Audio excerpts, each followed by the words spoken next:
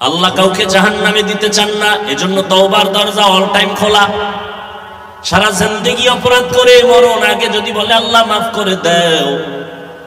ঘটনা আপনারা অনেকে জানেন, পয়গম্বর মূসা আলা নবিয়িনা ওয়া আলাইহিস সালাতু ওয়াস সালাম মিশরের মধ্যে আছেন। ভক্তরা গিয়া বলেন, নবী জমিনে বড় ফসল হয় না, পানি নাই, বৃষ্টি নাই, একটু দোয়া করেন।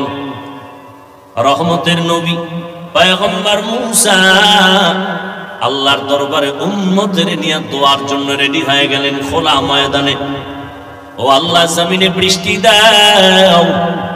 গায়বী আওয়াজ আসলো, রে মূসা, মানুষ ময়দানে নিয়ে যে দোয়া করতেছো, এখানে একটা জিনা করনেওয়ালা অপরাধী আছে, তারে উঠাইয়া দাও, না হয় দোয়া কবুল হবে না। পয়গম্বর মূসা নবী বললেন, ও জিনাকার, ময়দান থেকে উঠে যাও, তোমার কারণে দোয়া কবুল হবে না, বৃষ্টিও আসবে না। জিনাকারের অন্তরে ভয় এসে গেল, এখন উঠাও যাইতে পারে না, উঠলেই সবাই জানবে আমি জিনাকার। বসে বসে চোখের পানি ছেড়ে কান্নাও করতে পারে না, কানলে পাশের লোক বলবে কাঁদো কেন, জিনাকার। কান্নার উপায় নাই, উঠারও সুযোগ নাই। মূসা নবী ধমক দিয়া কয়, আমি আল্লাহর থেকে নাম ঠিকানা লইয়ার পরে কান ধরে টান দিলে উপায় কি, উঠে যা।